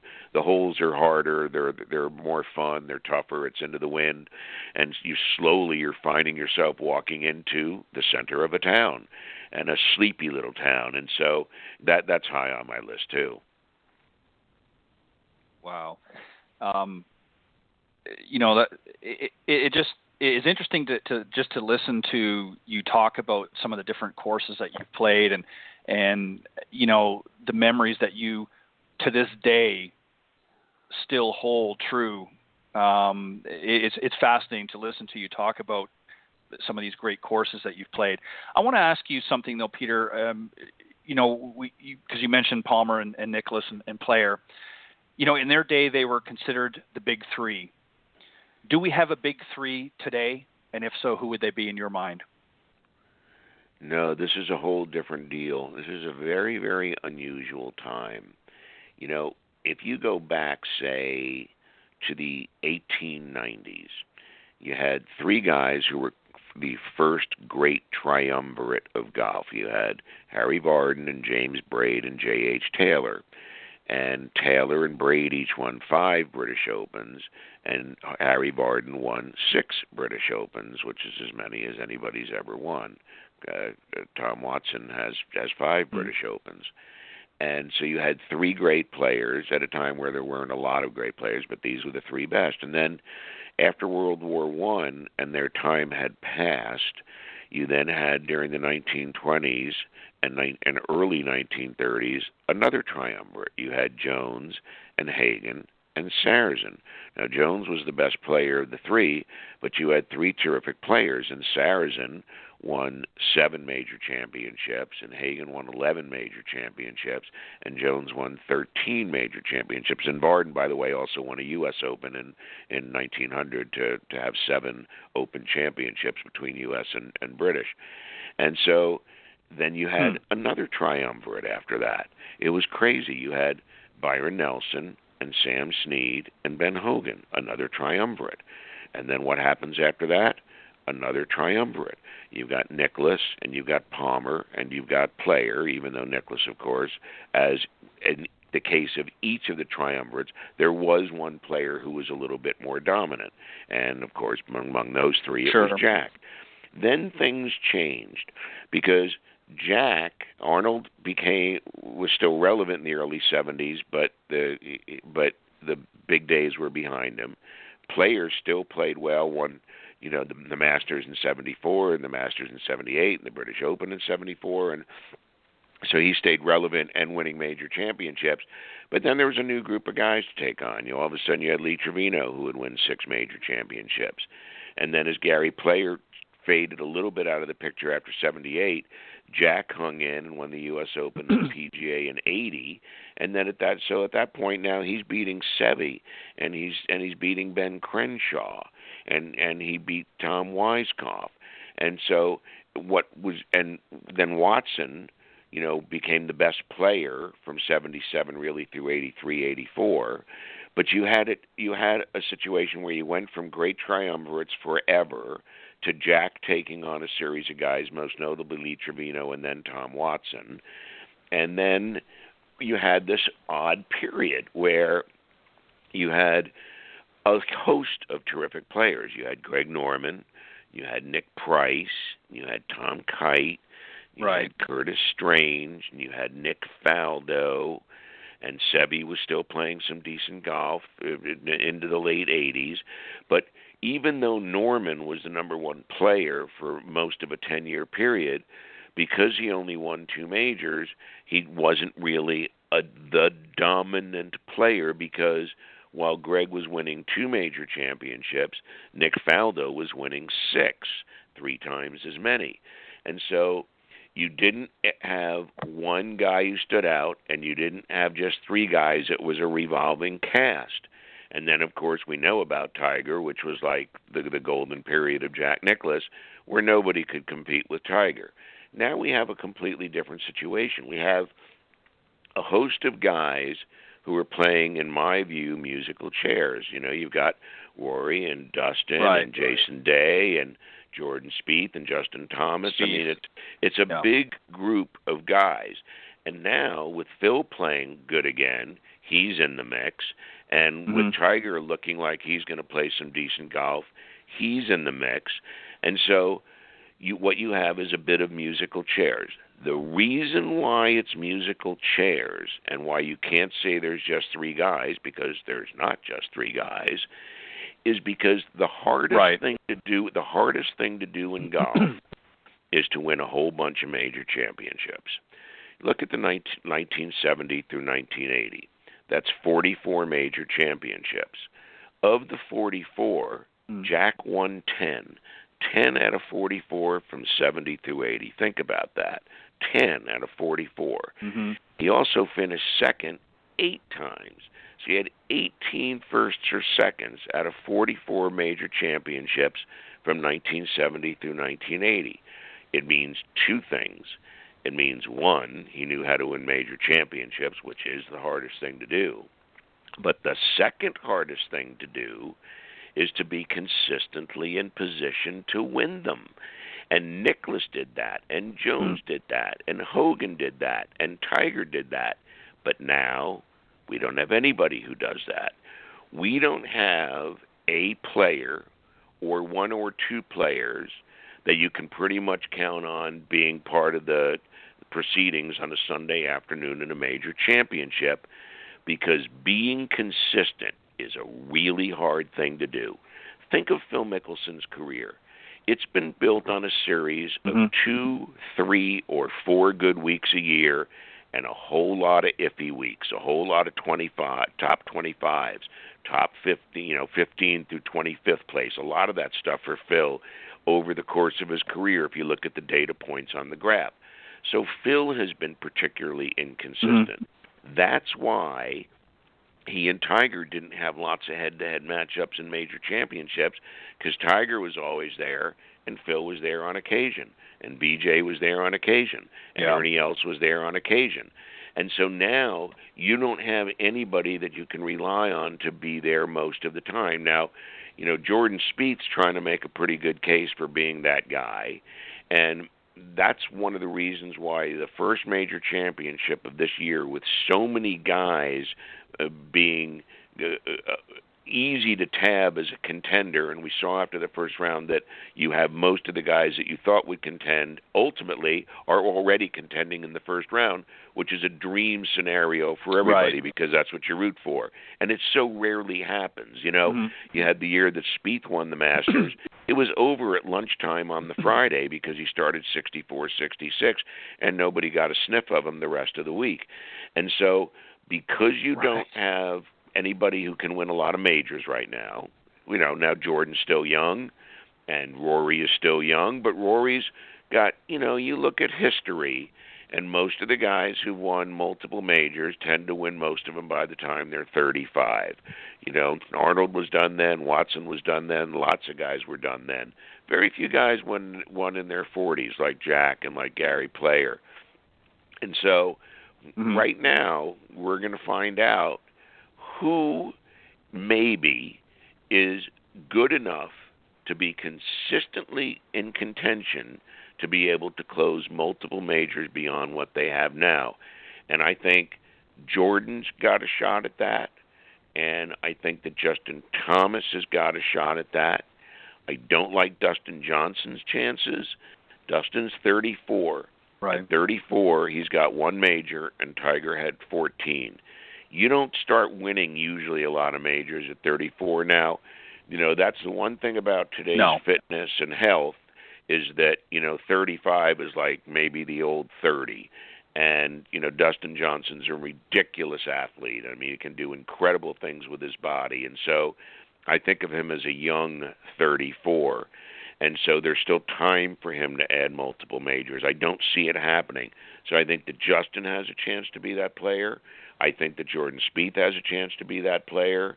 And if Jordan should go on and have a brilliant round on the Friday at the Masters, and, open up some kind of an interesting lead, that's going to say a lot about his resume and his credentials and, his ability to perhaps go on and win, a second Masters and a 4th major, and that would keep him on pace with Tiger, and that would keep him on pace with Jack Nicklaus. So if I had to pick a player for you who has the potential to be consistently in contention in majors and close them, Jordan would be that pick. Yeah, I would agree from what I've seen.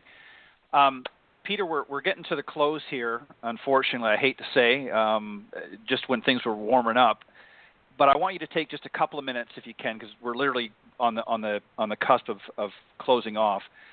And for those listeners that are tuning in that maybe they're not golfers by nature, maybe they don't watch a lot of golf. What would you want them, if they have an opportunity to watch the Masters this weekend, what do you want them to take away from it? I think that what they will take away from it, without my even doing any prodding or suggesting, is that it's very special. It's very special in so many ways. You know, it's the only men's major championship that's played at the same venue every year. And people get used to the holes on television watching them. And because it's the first major of the year, and because now spring has begun, and it's always spring, it seems like, at the Masters in April, and it's important to know that, you know, this was once the largest nursery in the South, which started at the end of the Civil War. There were 900 varieties of apples on this property. There were 1,300 varieties of pears. I know that sounds impossible, but it's true. It's where the azalea started its life in the South. Yeah. So the property, when Jones first saw it in 1930 after he won the Grand Slam and retired from competition, because the property is built on a hill, Jones was able to walk around the manor house and look down, being the operative word, down upon the property, because it's on the side of a hill. And he could see holes that we play today, 12 and 11 and 13. You could see them, Jones could, in his mind's eye, standing in front of the back of the manor house looking down upon the property. There's no other golf course like it in terms of its beauty. And you don't want to think about, you know, the money that they spent and how do they do that and how do they manufacture it. It's like sausage. I don't want to know how the sausage is made. I just want to taste it. And so take in the beauty.